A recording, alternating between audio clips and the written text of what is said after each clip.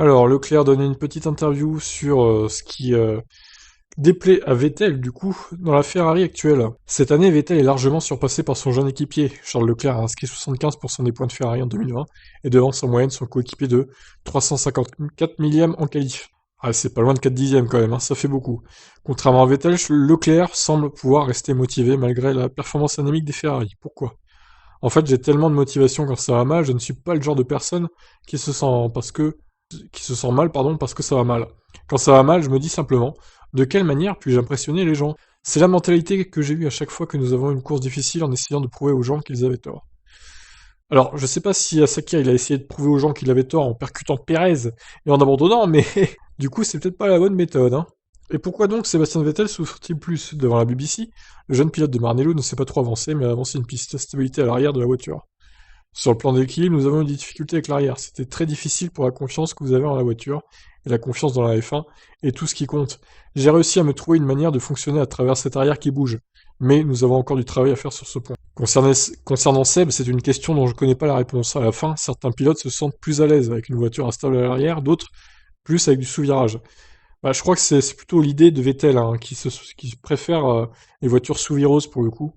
Les Red Bull de 2013, enfin de 2010 à 2013, c'était ça, elles étaient sous-vireuses. Elles n'étaient pas stables de l'arrière. C'est pour ça aussi qu'il arrivait bien avec cette voiture. Et il reconnaît Leclerc que la voiture de cette année correspond plus à son style de pilotage.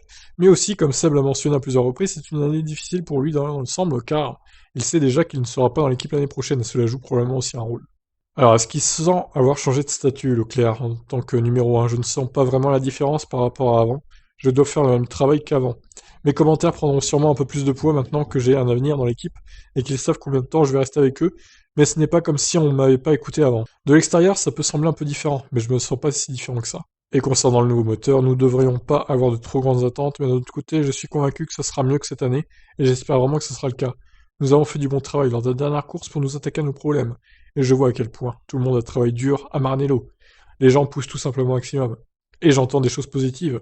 On ne peut jamais savoir avant les premières qualifs de la saison. Nous sommes convaincus de faire du bon travail, mais nous préférons ne pas trop espérer parce que nous ne savons pas si les autres font du bon travail. Et oui, tout est là à la question. Est-ce que Ferrari va plus évoluer sa voiture par rapport à cette année que les autres? Mystère, mystère. Bon, mais en tout cas, on espère pour Leclerc que la Ferrari de 2021 sera mieux et que lui arrêtera ses erreurs bêtes parce que là, il a gâché sa course hein, à Sakir, il y avait moyen de bien faire et bah, du coup, il a fait une grosse erreur qui pénalise lui et son équipe. Quant à Vettel, bah, on espère que la Racing Point sera plus sous-virose du coup, qui correspondra plus à son style de pilotage. Mais je pense qu'elle est plus stable, hein, elle est beaucoup plus stable que la Ferrari, la Racing Point.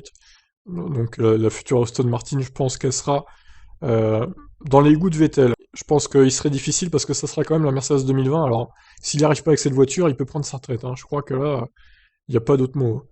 Bon, bah, sur ce, je vous laisse réagir. Ciao.